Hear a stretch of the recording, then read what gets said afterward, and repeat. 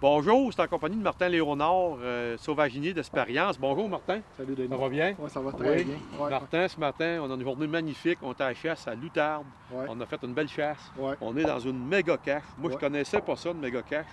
Si tu nous expliquais un peu à l'auditoire d'aventure chasse à pêche, il y a plusieurs modèles, il y a plusieurs sortes, les coups, comment ça fonctionne, puis pourquoi une méga cache?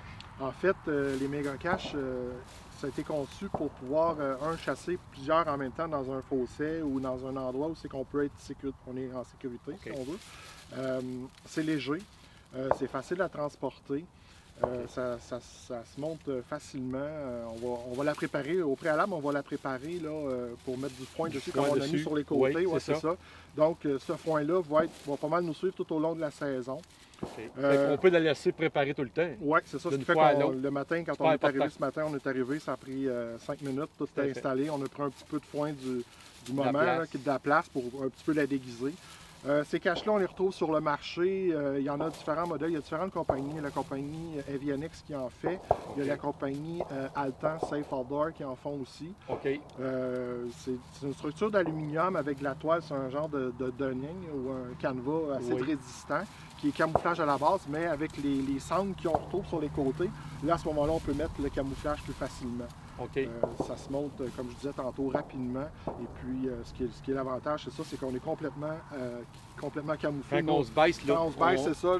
Il n'y a personne ni d'oiseaux. C'est ça. Les mouvements, là, on peut bouger un peu à l'intérieur, il n'y a pas de problème.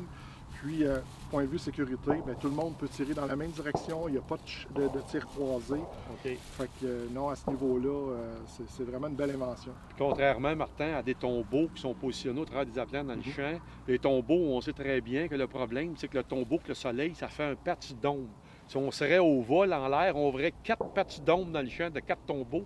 Avec une cache comme ça dans un fossé, on est complètement discret, personne ne nous voit. Puis on a 3 fois plus de mouvement et de facilité de tir que dans un tombeau. Bien, on l'a vu tantôt, c'était facile. Il n'y avait pas. Quand on a calé le go, ben là, c'était facile pour nous de tirer. Puis, c'est incroyable comment est-ce qu'on est camouflé. Si on se recule un peu à 100 pieds, là, on ne voit même pas qu'il y a une cache. Non, on ne sait pas qu'on est là. Non, complètement. C'est sûr que là, discret. Ce matin, c'était un petit peu plus difficile parce qu'il ne restait pas beaucoup de foin. Le foin était écrasé pas mal. Mais en règle générale, si on trouve des endroits où il y a plus de végétation, c'est plus dense, on va l'insérer dedans. On est encore plus camouflé. On est encore plus camouflé. Parce qu'on est camouflé ce matin ici, puis il n'y a pas de foin autour de nous. On ne paraît pas. Fait quand il y en a, c'est sûr qu'on ne paraît pas du tout. Ça va très bien à ce niveau-là. Les coûts de ces caches-là, Martin, c'est dispendieux. On parle d'environ de 400 à 600, 700 dépendamment des compagnies. Ça se joue à peu près à ça, mais c'est l'équivalent d'à peu près le prix d'à peu près de 2 à 4 tombeaux. Mais avec une maniabilité puis une aisance des mouvements beaucoup plus fun. Beaucoup plus fun, puis une discrétion meilleure. Une méga cache de même est supérieure à des tombeaux au travers des aplats. Moi, en tout cas, pour ma part, je trouve. Puis souvent, on va emmener des gens avec nous. Ils sont pas habitués.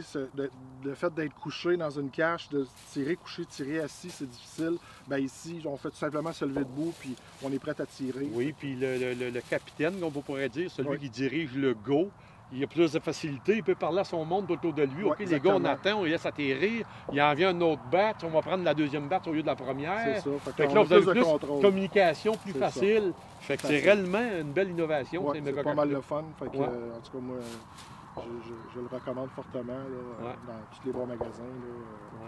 On peut le retrouver. Merci Martin, tes trucs, très apprécié. Merci.